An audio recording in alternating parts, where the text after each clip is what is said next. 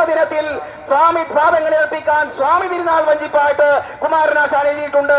അതുപോലെ തിരുവിതാംകൂർ ദിവാനായിരുന്ന VP മാധവരായര് നീതിമാനായ ഭരണാധികാരിയായിരുന്നു. അദ്ദേഹം ഇവിടുന്ന് സ്ഥാനമൊഴിഞ്ഞു പോകുമ്പോൾ അദ്ദേഹത്തിനൊരു യാത്രയയപ്പ് നൽകി.